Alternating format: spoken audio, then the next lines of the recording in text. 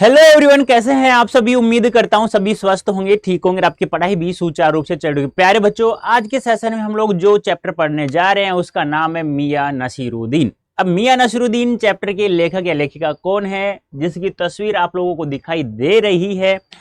जल्दी से बताओ यह चैप्टर लिखा किसने, जल्दी से फटाफट। और आने के बाद में जल्दी से मुझे ये बताना, जैसे आप लोग लाइव जुड़ जाओ तो मुझे बताना है आप लोगों की ऑडियो वीडियो ठीक है, यानी कि कहने का मतलब है मेरा क्या आप लोगों को स्पष्ट रूप से दिखाई दे रहा है और सुनाई दे रहा है क्या, यस या नो में जल्दी से आंसर दो। और उसके बाद आप लोगों को सेशन को शेयर भी करना है और लाइक भी करना है, ठीक है। तो जल्दी से जुड़ जाओ। आज हमारा जो चैप्टर है उसका नाम है मियां नसीरुद्दीन। अब प्यारे बच्चों, मैंने पूछा कि लेखिका का नाम क्या है, तो ध्यान रखना, आपको याद रखना है कृष्णा सोबती। ध्यान रखना, इस चैप्टर को लिखने वाले जो लेखिका हैं उनका नाम क्या है, कृष्णा सोबती जी है। अब यह चैप्टर इन्होंने क्यों लिखा है, देखो, आप लोगों ने कभी खाना बनाया होगा तो एक रोटी बनाई होगी, आटे के आटे में नमक डाला होगा, उसके बाद पानी डाला होगा, फिर उसे गोंधा होगा, फिर आपने उसे गोल करने के लिए बेलन का प्रयोग किया होगा। तो आपने कितने तरह की रोटी बनाई होंगी। यहाँ उसी के बारे में चर्चा की जा रही है। एक इंसान है जिसका नाम है मियां नसीरुद्दीन। वो इंसान जो है ना प्यारे बच्चों, 56 प्रकार की रोटियां बनाने का तजुर्बा रखता है। यानी कि वो कितने प्रकार की रोटियां बनाता है, 56 प्रकार की रोटियां बनाने का उसके पास यानी कि एक तरीका है। वो जानता है 56 प्रकार की रोटियां बनाने का।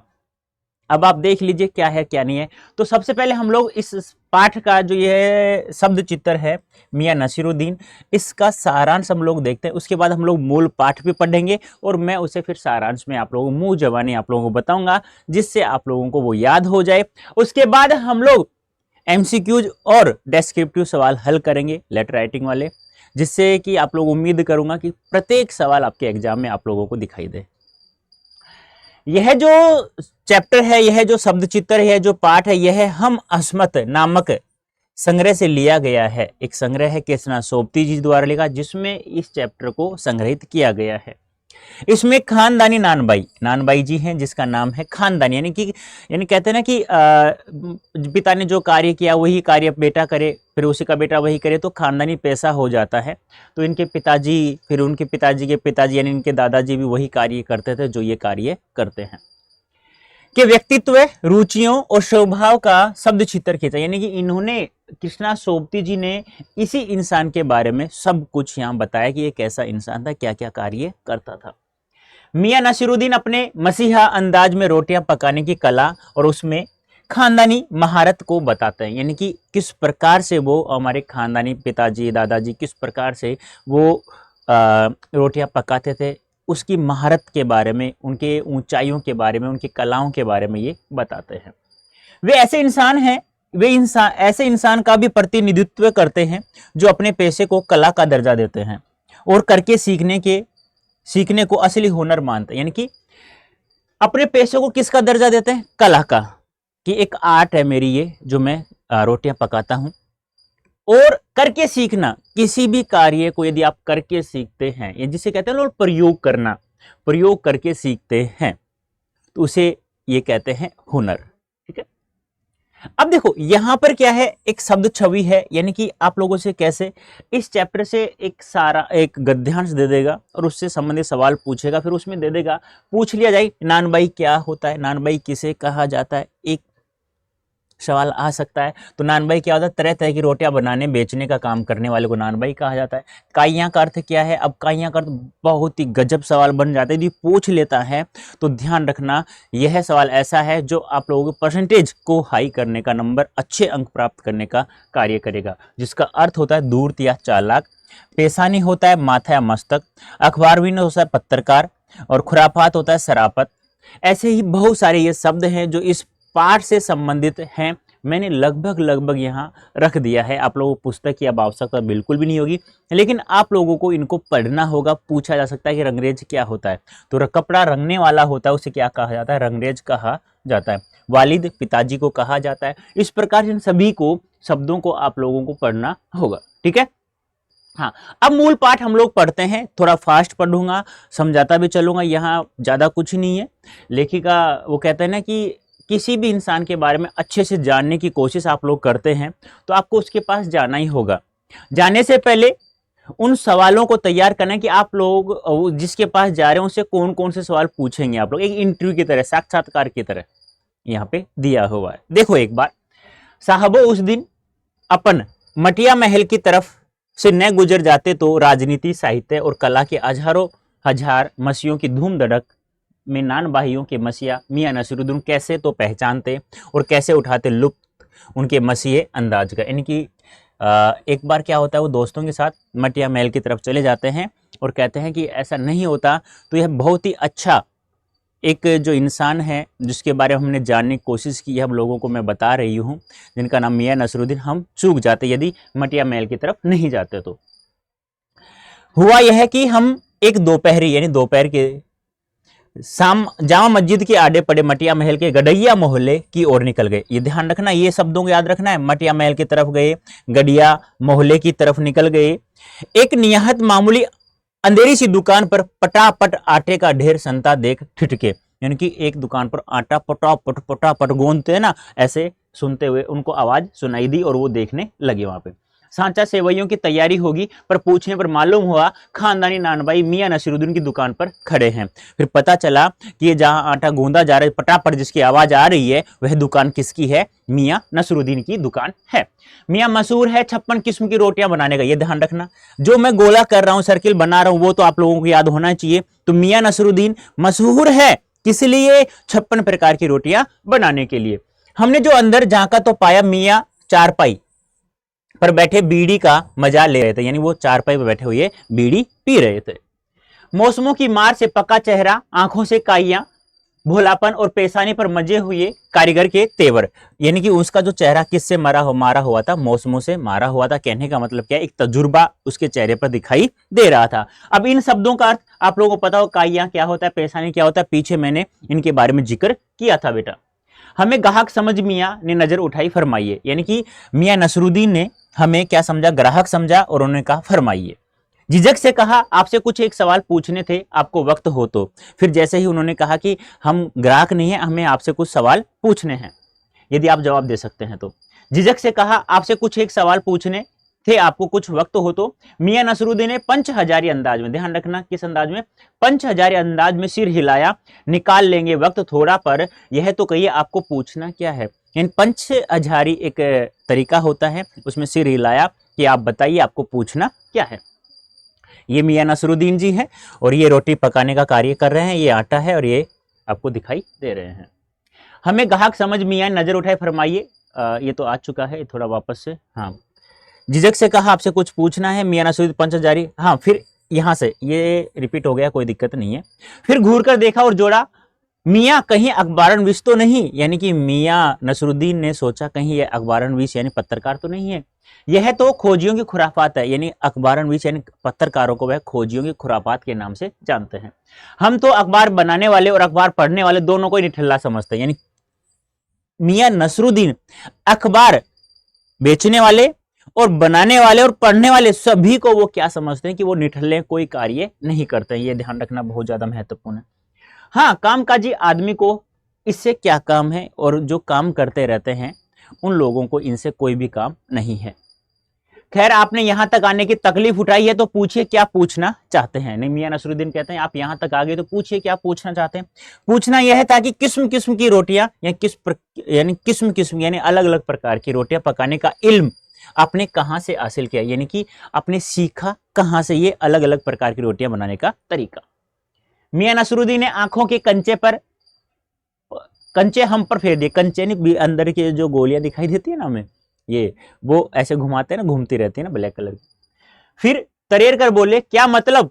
पूछिए साहब, नान भाई इल्म लेने कहीं और जाएगा क्या? नगीना साज के पास, क्या आईना साज के पास? जब उन्होंने कहा कि यह इल्म, यह तरीका, यह अपनी रोटी पकाने का तरीका जो है, यह कहां से सीखा, तो कहता है कि कहां जाएगा नान भाई सीखने के लिए, ये तो हमारे खानदानी पेशा है। फिर नान भाई कहता है क्या नगीना साज के पास जाएगा, या यहाँ नहीं तो फिर आईना साज के पास जाएगा? कहीं नहीं गया है, यह हमारे खानदानी पेशा है। क्या मीना साज के पास? ध्यान रखना, नगीना, आईना, मीना, साज, सभी तीनों शब्दों को याद रखना है। लेटर राइटिंग सवालों में ये चीज आप लोगों को लिखनी पड़ेगी जब पूछा जाएगा। कैसे सवाल आएगा कि जैसे ही लिखेगा मियां नसरुद्दीन के पास गई कि आपसे हमसे कुछ कुछ सवाल पूछने हैं, तब कि आपके पास वक्त हो तो उन्होंने कहा, मियां नसरुद्दीन ने कहा कि क्या पूछना है पूछिए।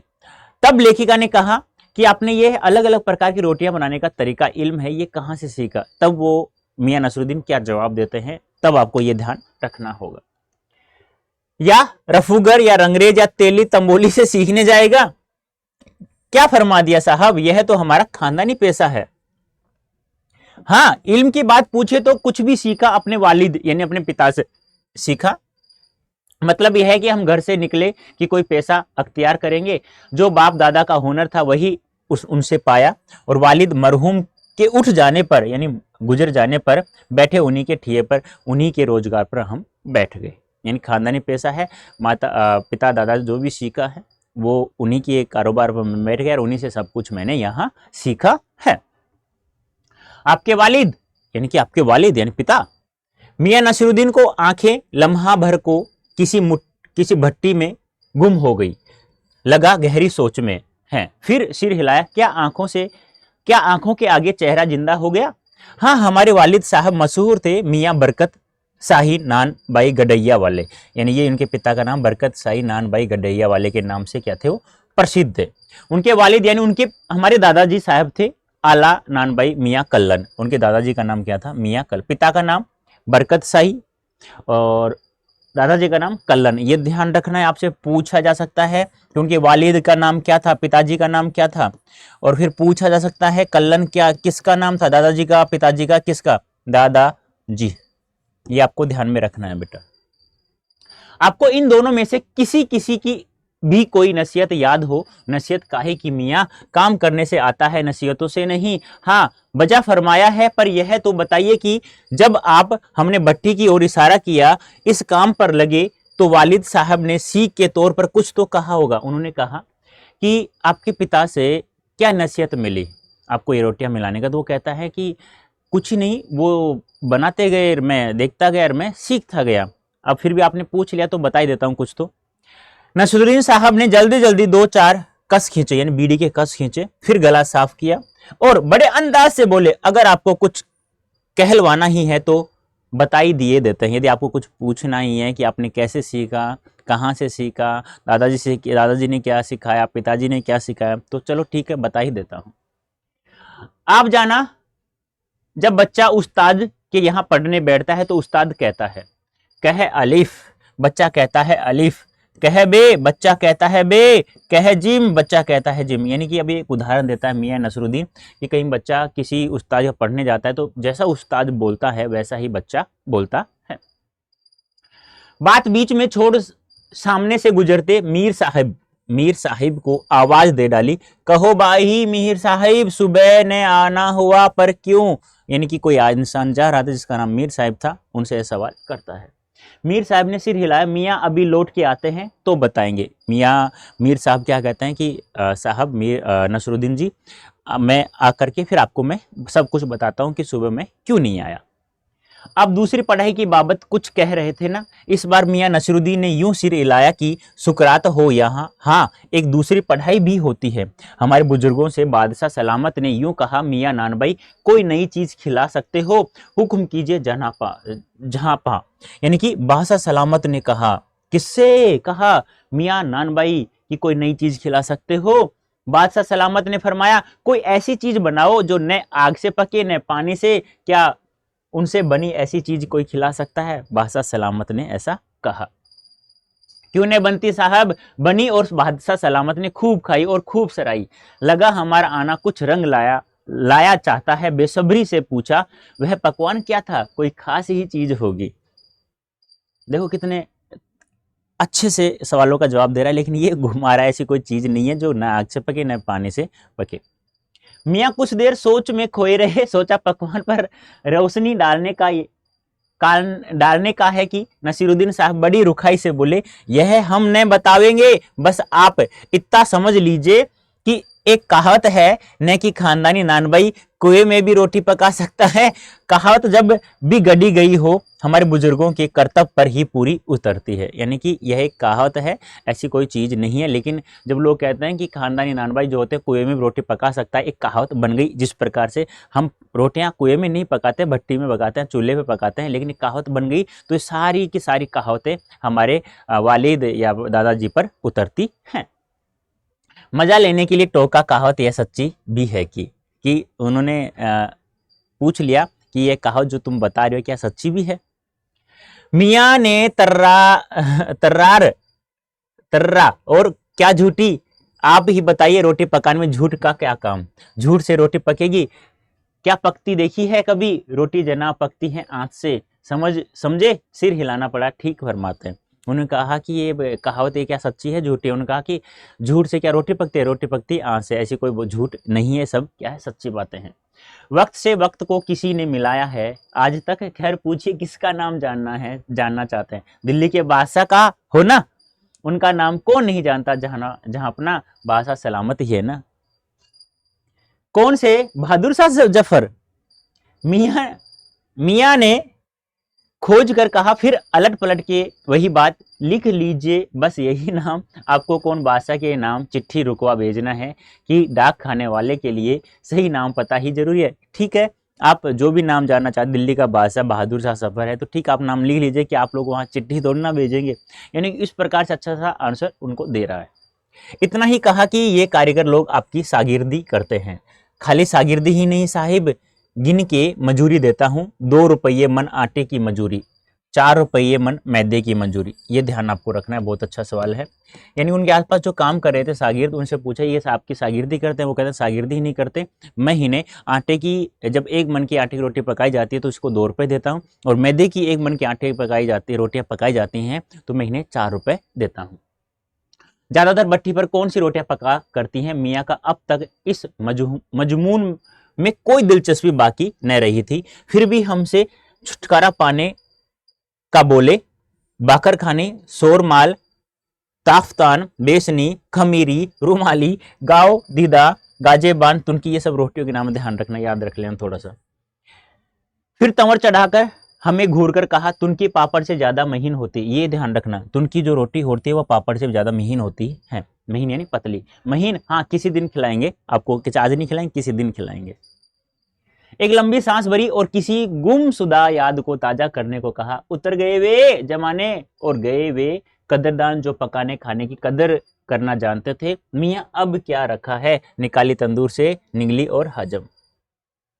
यानी कि आपको समझ में आ गया होगा कि 56 प्रकार की रोटियों के नाम कौन कौन से हैं, किस प्रकार से हैं। अब उम्मीद करता हूँ इस चैप्टर में जितना सार हो सका मैंने आपको समझाने की कोशिश की है। अब आपसे कुछ एमसीक्यूज और कुछ लेटर राइटिंग वाले सवाल मैं आपसे पूछूंगा, आपको आंसर देना है। उम्मीद करता हूँ यदि आपने अच्छे से इसको पढ़ा होगा स्कूल में भी, और थोड़ा मैंने समझाया वो भी समझ में आ गया होगा बेटा, तो आप लोग आंसर दे सकते हैं। देखो, मियाँ नसीरुद्दीन अपने कारीगरों को मैदे के प्रति मन कितने रुपये मजदूरी देता था? तो मैदे की अभी आया था, मैदे के प्रति मन 4 रुपये देता है, और यही मैदे की जगह यदि आटे की कर देता हूं तो वह देता है उन्हें 2 रुपये। याद रखना है, मैदे की 1 मन मैदे की रोटी पकाने के 4 रुपये, और आटे की पकाते हैं तो 2 रुपये। मियाँ नसीरुद्दीन ने रुखाई से क्या काट दी? यानी रुखाई से क्या काट दी? आंत, फांक, सब्जी या रोटी? तो रुखाई से क्या काटी? फांक काट दी। क्या काटी? याद रखना है, फांक काटी। ऐसे सवाल ही है ना आप लोगों को भीड़ से अलग करेंगे और अच्छे नंबर प्राप्त करवाने के लिए वो आपको सजग करेंगे। तो इन सवालों को बहुत अच्छे से याद रखना। उम्मीद करता हूं यहां से कोई भी सवाल आपका बाहर नहीं जाएगा बेटा। तुनकी रोटी किस से भी ज्यादा महीन होती है? तुनकी जो रोटी होती है वह किस से ज्यादा महीन रोटी होती है? तुनकी जो रोटी है वह मलमल से, रेशम से, पापड़ से, आटा से। तो ध्यान रखना, तुनकी रोटी जो होती है पतली, वह किससे भी? पापड़ से भी पतली होती है। यानी पापड़ से पतली रोटी का क्या नाम बताया? तुनकी। याद रखना है, उल्टा सुल्टा सवाल याद पूछा जा सकता है। मियाँ नसीरुद्दीन ने खोजियों की खुराफात किसे कहा? खोजियों खुराफात अखबारनवीस यानी पत्रकार को कहा है। क्या कहीं? अखबारनवीस। अखबारनवीस क्या होता है बेटा? पत्रकार। मियाँ नसीरुद्दीन के अनुसार रोटी किससे पकती है? मियां नसरुद्दीन के अनुसार रोटी किससे पकती है? वो कहा ना झूठ से रोटियां नहीं पकती हैं, तब कहा था ये आंसर। तो रोटियां किससे पकती हैं? आंच से, आग जिसे बोलते हैं, आग, अग्नि जिसे कहते हैं, वो है ये। मियां नसरुद्दीन कितने वर्ष के थे? आपको बताना मियां नसरुद्दीन की उम्र कितनी थी। तो कितनी थी बेटा? 80, 70, 90, 65। तो कितनी थी? 70। 80 तो उनके पिता की, वालिद की जब मृत्यु हुई थी तब 80 वर्ष के होकर वो मरे थे, तो 70 थी। मियां नसरुद्दीन के पिता की मृत्यु किस उम्र में हुई थी? मियां नसरुद्दीन पिता की मृत्यु किस उम्र में हुई थी? 80। पिता का नाम आपको मुझे बताना है कमेंट बॉक्स में, पिता और दादाजी का दोनों का नाम बताना है। ठीक है, चलो दादाजी का नाम बता देता हूं, कल्लन, और पिता का नाम आपको बताना है कमेंट बॉक्स में। मुझे आंसर आना चाहिए बेटा, देखो बताओगे ना तब भी मुझे ऐसा लगेगा कि हाँ आप पढ़ने के लिए उत्सुक हैं बेटा। मियां नसीरुद्दीन ने भट्टी सुलगाने के लिए किसे कहा? तो किसे कहा? बब्बन मियां, रब्बन मियां, रोहित जुम्मन मियां, साहिल मियां। तो बब्बन मियां कहा। देखो ये जो चीजें हैं ना मूल पाठ में मैंने इनको नहीं रखा है, क्योंकि कुछ सवाल मैंने मूल पाठ से उठाए हैं और इस जो सारांश मैंने यहाँ दिया है उस सारांश मैंने इनको नहीं जोड़ा है, ये ध्यान आपको रखना है। क्योंकि ये जो मूल पाठ मैंने बताया ये मैंने सार लिया है, पूरा पाठ नहीं दिया है, आपको सार समझाने की कोशिश किया है। मियां नसीरुद्दीन कितने प्रकार की रोटियां बनाने में मशहूर थे? तो 56 प्रकार की रोटियां बनाने में मशहूर थे। मियां नसीरुद्दीन का चेहरा किसकी मार से पका हुआ था? बहुत गजब का सवाल है। तो मौसम, तंदूर, आंच, गर्मी। तो लोग क्या करते हैं, नहीं पढ़े होंगे ना, जो अच्छे से नहीं पढ़े वो आंच करते हैं, लेकिन नहीं, मौसम की मार से पूछा जा चुका है ये, यानी कि तजुर्बा जानता है, उसका चेहरा देख के पता चलता है। मियां नसीरुद्दीन की दुकान किस मोहल्ले में थी? तो पटैया, गडैया, दाडिया या मडैया। आपको याद है स्टार्ट में आया था कि मटिया महल की तरफ घूमे, मटिया महल की तरफ, मटिया महल की तरफ घूमे वो, और फिर कहाँ गए? गडैया मोहल्ले में। ये याद रख, गडैया मोहल्ले में इनकी क्या थी? दुकान थी, ध्यान रखना। मियां नसीरुद्दीन किस पर बैठे हुए थे? चारपाई पर। और क्या पी रहे थे? बीड़ी पी रहे थे, ये भी ध्यान रखना है। और वहां जैसे ही उनसे कोई सवाल पूछा गया तो किस आदमी को वह कोई सवाल पूछा था कि मीर साहब क्या सवाल पूछा था कि सुबह क्यों नहीं आया? वो कहते हैं कि मैं आकर बताता हूं कि सुबह मैं क्यों नहीं आया। मियां नसीरुद्दीन किस कला में निपुण थे? तो स्वेटर बुनने में, रोटी पकाने में, चित्रकारी या कहानी? रोटी पकाने में। और कितने प्रकार की रोटी? 56 प्रकार की रोटियां पकाने में क्या थे? मशहूर। और जो तुनकी रोटी होती है वह पापड़ से भी महीन होती है, ये भी आपको ध्यान में रखना होगा। मियां नसीरुद्दीन किन के मसीहा थे? मसीहा थे कारीगरों के, नान भाइयों के, नवाबों के या नान भाइयों के? नाना भाइयों, देखो ये नाना है ये नान है, तो नान भाइयों के, नाना नहीं नान भाइयों के मसीहा थे। देखना यहाँ आ की मात्रा, यहाँ एक की मात्रा, तो नान भाइयों के थे, नाना भाइयों के नहीं थे बेटा। नाना भाइयों के नहीं, नान भाइयों के। लेखिका किस महल की तरफ से गुजरी थी? मटिया महल है क्या कहीं? ये रहा। अखबार बनाने वाले और पढ़ने वाले को मियां नसीरुद्दीन क्या समझते थे? ये गजब का सवाल है। अखबार बनाने वाले और बेचने वाले और पढ़ने वाले सभी को, इन पढ़ने वाला बनाने वाला आ गया तो बेचने वाला उसमें आ गया है। निठल्ला, बेकार, बकवास, निखट्टू। देखो ये सारे एक दूसरे के पर्यायवाची हैं, लेकिन है ना अब इस चैप्टर के अनुसार की बात करें तो वो क्या समझते थे? निठल्ला, यानी कोई काम नहीं करने वाला। मियां नसीरुद्दीन के दादा का क्या नाम था? कल्लन, बता चुका हूं। पिता का नाम आपको बताना है। मियां नसीरुद्दीन ने किस हजारी के अंदाज में अपना सिर हिलाया था? 5 हजारी, 6 हजारी, 9 हजारी, 10 हजारी। तो 5 हजारी के अंदाज में। मियां नसीरुद्दीन के पिता का क्या नाम था? बता सकते हैं? मियां साहिल, मियां रहमत, मियां बरकत, मियां रोहित। तो ध्यान रखना मियां बरकत। और कितने साल के हुए थे तब इनकी मृत्यु हुई? तो 80 साल के हुए थे तब इनकी मृत्यु हुई थी। मियां नसीरुद्दीन संस्मरण की लेखिका का क्या नाम था? यानी कि मियां नसीरुद्दीन जो संस्मरण लिखा गया, जो शब्द चित्र लिखा गया है, इसके लेखिका कौन है? बता सकते हैं मुझे इसका? और यह कहाँ से लिया गया है? हम हसमत नामक संग्रह से लिया गया है, जिसकी लेखिका कौन है? कृष्णा सोबतीसी। ये भी आपको ध्यान में रखना होगा। पेशानी किसे कहा जाता है? पेशानी किसे कहा जाता है? माथे को, मुंह को, नाक को, पेट को। तो पेशानी किसे कहा जाता है? माथे को कहा जाता है। बड़ा गजब सवाल है, बड़ा गजब सवाल है बेटा। रंगरेज क्या होता है? कपड़ा सीने वाला, कपड़ा रंगने वाला, कपड़े का स्वेटर बनाने वाला, कपड़ा बनाने वाला। तो रंगरेज कपड़ा रंगने वाले को, देखो कपड़ा रंग, रंग रंग रंग, ये ध्यान रखना। रंगरेज कपड़ा रंगने वाले को रंगरेज के नाम से जानते हैं। सिरमाल क्या है? तो रोटी होगी। ये सारी जो नाम आए थे ना, बहुत सारे, तुनकी, सिरमाल, ये सब। बे औलाद कौन था? यानी बे औलाद, देखो इसका, इसमें ये भी पूछा जा सकता है, उपसर्ग बताइए, तो बे उपसर्ग है, औलाद यहाँ पर मूल शब्द है बेटा, ये भी ध्यान रखना है। बे का अर्थ होता है बिना, बिना औलाद का। औलाद यानी जिसके संतान नहीं होती है उसे संतान को औलाद के, किसके संतान नहीं थी? तो मियाँ नसीरुद्दीन के संतान नहीं थी, ये ध्यान रखना। मियाँ नसीरुद्दीन बिना संतान का था। अब आते हैं हमारे सब्जेक्टिव सवाल, लेटर राइटिंग, जिसका आंसर आप लोगों को देना है। पहला सवाल है, मियाँ नसीरुद्दीन को नान भाइयों का मसीहा क्यों कहा जाता है? नान भाइयों का मसीहा क्यों, नाना नहीं था, नान भाइयों का मसीहा क्यों कहा जाता है? मियाँ नसीरुद्दीन खानदानी नान भाई थे तथा इस कला में पूरी तरह पारंगत थे, निपुण थे। कई पीढ़ियों से उनके यहाँ नानबाई का कार्य होता था। वे सभी प्रकार की रोटियां बनाने में पारंगत थे और आसपास के अर्थात शहर के सबसे बड़े नानबाई के रूप में प्रसिद्ध थे। प्रसिद्धि के कारण ही नानबाई को नानबाइयों का मसीहा कहा जाता है। यानी जो अच्छा कार्य करता है, जो अलग अलग प्रकार की रोटियां बनाता है लोगों को, यानी कि जब जहां भी कोई रोटी बनवाता था उनसे बहुत अच्छा प्रकार कार्य करना। यानी कि आप कोई व्यापार कर रहे हैं, अच्छा व्यापार करना चाहते हैं, तो आपको कार्य अच्छा करना होगा, तो लोग आपको जानेंगे और आपको एक उपाधि मिल जाती है, जैसे नानबाइयों का मसीहा, इनको उपाधि प्राप्त हुई थी। लेखिका मियाँ नसीरुद्दीन के पास क्यों गई थी? लेखिका कृष्णा सोबती मियाँ नसीरुद्दीन के पास कुछ सवालों के जवाब पूछने गई थी। वे जानना चाहती थी कि क्या क्या जानना चाहती थी, तो सारे सवाल आपके सामने हैं। नानबाई की कला उन्होंने कहाँ से सीखी? तो कहाँ से देखी? दादाजी से, पिताजी से। वे कितने प्रकार की रोटियां बनाते थे? 56 प्रकार की। उन्हें नानबाई के रूप में इतनी प्रसिद्धि क्यों और कैसे मिली? क्योंकि अभी इसका आंसर आ चुका था। इस प्रकार लेखिका प्रसिद्ध नानबाई मियाँ नसीरुद्दीन के व्यक्तित्व तथा हुनर के बारे में जानने के लिए उनके पास गई। उनको तो पता नहीं था कि जिस दुकान पे वो खड़े थे, जहाँ आटे की पटापट आवाज आ रही थी, वो नानबाई मियाँ नसीरुद्दीन की है। और मियाँ नसीरुद्दीन कहाँ बैठे थे? चारपाई पर। क्या पी रहे थे? बीड़ी सुलगा रहे थे, बीड़ी पी रहे थे। बादशाह के नाम पर प्रसंग आते ही लेखिका की बातों में मियाँ नसीरुद्दीन की दिलचस्पी क्यों खत्म होने लगी? यानी कि बादशाह के नाम का प्रसंग आते, लेखिका की बातों में मियाँ नसीरुद्दीन की दिलचस्पी क्यों खत्म हो गई? क्योंकि उन्होंने लगा कि ये झूठ बोल रहा है। मियाँ नसीरुद्दीन ने लेखिका को यह बताया कि उनके बुजुर्ग बादशाह के नानबाई रहे हैं। जब लेखिका ने उस बादशाह का नाम पूछा तो मियाँ नसीरुद्दीन कोई ठीक ठाक उत्तर नहीं दे सके, क्योंकि नानबाई को इस संबंध में कुछ पता नहीं था। इसलिए बादशाह के नाम पर प्रसंग आने पर लेखिका की बातों से में मियाँ नसीरुद्दीन की दिलचस्पी खत्म होने लगी। क्यों? उन्होंने कहा कि कौन सा बादशाह दिल्ली का? बहुत सारे।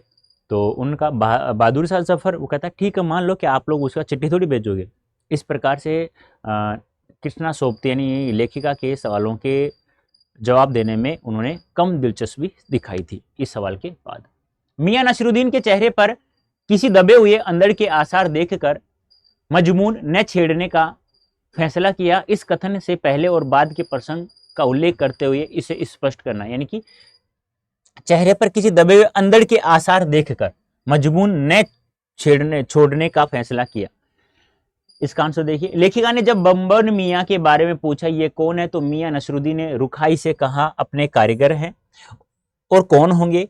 लेखिका और मियाँ बब्बन को उन्होंने भट्टी से लगाने के लिए कहा था। लेखिका के मन में आया कि पूछ लें आपको बेटे बेटियां हैं, पर मियाँ नसीरुद्दीन के चेहरे पर किसी दबे हुए अंदर के आसार देखकर यह मजबून न छेड़ने का फैसला किया कि अच्छा नहीं लगेगा, इनके चेहरे से लग रहा है कि ये बेऔलाद है। अर्थात लेखिका समझ गई कि मियाँ नसीरुद्दीन बेऔलाद अर्थात निसंतान है। इसलिए उन्होंने इस विषय पर बातचीत करने का इरादा छोड़ दिया। नसीरुद्दीन ने बताया कि मियाँ के शागिर्द ही नहीं है, वह उन्हें पूरी मजदूरी भी देता है। कहने का तात्पर्य क्या है? उनके चेहरे के अंदर को देखकर, उनके मौसम की मार्क यानी तजुर्बे को देखकर पता चलता था। आसपास जो कारीगर लगे हुए थे, शागिर्द लगे हुए थे, वो कहता था कि ये मेरी मजदूर ही नहीं है, मैं इनको तनख्वाह भी देता हूँ। ये मैदे की 1 मन की रोटियां पकाते तो मैं 4 रुपये देता हूँ, आटे की 1 मन की रोटियां पकाते तो मैं इनको 2 रुपये देता हूँ। और बब्बन मियाँ को ये वो कहते हैं कि भट्टी सुलगाने के लिए। ये ध्यान आपको रखना है। यदि बब्बन मियाँ नसीरुद्दीन के बेटे होते तो उन्हें मजदूरी क्यों दी जाती? अब वो समझ गई थी। यहाँ पर लेखिका उनके कथन से ही सब कुछ समझ गई। फिर लेखिका प्रश्न बदलते हुए प्रश्न पूछा कि आपके यहाँ कौन कौन सी रोटियां बनती हैं। प्रश्न बदलते ही नसीरुद्दीन सहज हो गए, यानी कि उनसे पूछा कि ये बच्चा कौन है, तो उन्होंने कहा मेरे मजदूर है। तो लेखिका समझ गई थी कि इनके संतान नहीं है। और फिर कहते हैं ना, किसी संतान और उससे पूछा आपकी संतान नहीं है तो बहुत बुरा लगता भी है। पाठ में मियाँ नसीरुद्दीन का शब्द चित्र लेखिका ने कैसे खींचा, यानी लेखिका ने मियां नसरुद्दीन के बारे में क्या क्या पूछा और क्या क्या आंसर आया। मियां नसरुद्दीन 70 वर्ष के एक बुजुर्ग व्यक्ति थे जो पूरे शहर में मशहूर नानबाई थे। उनकी दुकान मटिया महल के गडैया मोहल्ले में थी। वे अपनी दुकान पर 56 प्रकार की रोटियां बनाते थे। जब लेखिका ने उनकी दुकान में जाकर देखा तो पाया कि मियां नसरुद्दीन चार पर बैठे बीड़ी सुलगा रहे थे, मजा ले रहे थे। मौसमों की मार से पका चेहरा, आंखों से काइयां, भोलापन और पेशानी पर मजे हुए कारीगर के तेवर, मुंह में कुछ ही दांत शेष बचे थे। यही शब्द चित्र मियां नसरुद्दीन का लेखिका ने खींचा, यानी कि उनके बारे में बताया कि उनका हुलिया कैसा था। अब ये चैप्टर था हमारा मियां नसरुद्दीन। उम्मीद करता हूं आप लोगों को समझ में आ गया होगा। अब ध्यान सुना जो बातें मैं बता रहा हूं। देखो प्यारे बच्चों, आप क्लास 11th में हो, ठीक है, आपके पास क्लास 12th के बच्चे भी होंगे ना, और वो बच्चे सीयूटी का एग्जाम देंगे, यानी कि आपके भाई बहन भी होंगे 12th में। उम्मीद करता हूं आप लोग समझ रहे होंगे। जो 12th क्लास वाले बच्चे हैं उनको आप लोगों को एक चीज बताना है कि हमारे यहाँ पर सीयूटी यानी क्लास 12th और उसके साथ में सीयूटी की तैयारी करवाने के लिए एक बैच लॉन्च किया है अभी अभी, जिसका नाम है संघर्ष, जिसमें आप लोगों को बेहतरीन तरीके से तैयारी करवाई जाएगी। और आप इस कूपन कोड का प्रयोग करते तो मैक्सिमम डिस्काउंट प्राप्त होगा। किन बच्चों को ये चीजें बतानी है? देखो, एक दूसरे को जब कोई चीजें बताई जाती हैं तभी तो पता चलता है हम लोगों को। अब मानता हूं कि आपके काम की चीज नहीं आपकी 12th में काम में आएगी, तो हम लोग नया बैच शुरू करेंगे, उस समय अलग की बात है। लेकिन आपको भी पता होना चाहिए कि क्या होता है सीयूटी, क्या नहीं है, थोड़ा सा। लेकिन फिर ये चीजें आप लोग 12th में बतानी है कि भाई बहन जो भी हैं, आपके यार दोस्त जो भी हैं, उनको बताना है कि अड्डा 24/7 ह्यूमैनिटीज चैनल पर भी आपको सीयूटी की क्लास 12th की तैयारी करवाई जाती है। वहां भी एक बैच लॉन्च किया गया है। और फिर आपको बताना है कि इस कूपन कोड का प्रयोग करना है, राजेंद्र सर ने बताया, जिससे आपको मैक्सिमम डिस्काउंट प्राप्त होता है। ये डिस्काउंट कैसे प्राप्त होता है एक बार जान लीजिए कैसे प्राप्त होता है। आप उनको बताना भी है बच्चों को। ऐसे अड्डा 24/7 टाइप करना है गूगल में टाइप करने के बाद में पहली साइट आ रही है वर्नाक्युलर लर्निंग प्लेटफॉर्म वाली अड्डा 24/7। तो फिर आपको जाना है ऑल कोर्सेज में। ऑल कोर्स में जाने के बाद में आपको जाना है K12 में, स्कूल K12 में, ठीक है। अब यहाँ पे आप लोगों को 12th में जाना ही है। CBSE board class 12th, CUET language and general test, CUET महापैक आ गया, तो क्लास 12th में जाना है। यहाँ पे देखिए ये संघर्ष बैच है जो आपका 17 नवंबर से, यानी कि अभी से स्टार्ट हुआ है, 2-4 दिन पहले ही। यहाँ पे सेलेक्ट करेंगे। सेलेक्ट करने के बाद में प्यारे बच्चे यहाँ से बाय नाउ करना है। बाय नाउ करने के बाद में इसे रिमूव कर देना। यहाँ वही कोड यूज करना है Y551 जो मैंने कोड बताया था। Y कैपिटल भी लिख सकते हैं, स्मॉल भी, कोई फर्क नहीं पड़ेगा। आपको अप्लाई करते ही मैक्सिमम डिस्काउंट प्राप्त हो जाएगा। अब आप देख लीजिए, ये आपको क्लास 12th वाले बच्चों को बताना है, ठीक है, ये आपको ध्यान में रखना है। आज 20% का डिस्काउंट प्राप्त। और उनको ये भी चीज बताना है, यदि यही कोर्स आप यदि अड्डा 24/7 ऐप डाउनलोड करते हैं प्ले स्टोर से, यही कोर्स खरीदते हैं, तो ये 20 की जगह 21% यानी 1% और अधिक डिस्काउंट प्राप्त होगा। और वहां पर भी इसी कूपन कोड का प्रयोग करना है। और ये जो ऐप है अड्डा 24/7 ऐप, ये कहां से प्राप्त होगा आप लोगों को? ये प्ले स्टोर से जाकर के डाउनलोड करना होगा और वहां से आपको यह बैच परचेज करना होगा। यदि वहां से नहीं करेंगे तो 1% कम डिस्काउंट होगा, यानी कि 20% होगा, नहीं तो 21 होगा ऐप से आप परचेज करते हैं तो। ये चीजें सारी के सारी आपके बड़े भाई बहनों दोस्तों को बताना है क्लास 12th की जो तैयारी कर रहे हैं, क्योंकि उन्हें सीयूटी का एग्जाम देना पड़ेगा, जिससे उनको एक बेस्ट कॉलेज प्राप्त होगी, यूनिवर्सिटी जिसका वो सपना देख रहे होंगे, जिसका वो उद्देश्य चाहते हैं, वो उद्देश्य वहीं से पूरा होने की एक सीढ़ियां प्राप्त उन्हें वहां से होगी। तो उम्मीद करता हूं मियां नसरुद्दीन चैप्टर आपको समझ में आ गया होगा। आया है अच्छे से? तो आप लोग मुझे कमेंट बॉक्स में यस या नो में आंसर देंगे। तो प्यारे बच्चों, अभी के लिए इतना ही। धन्यवाद। Thank you so much.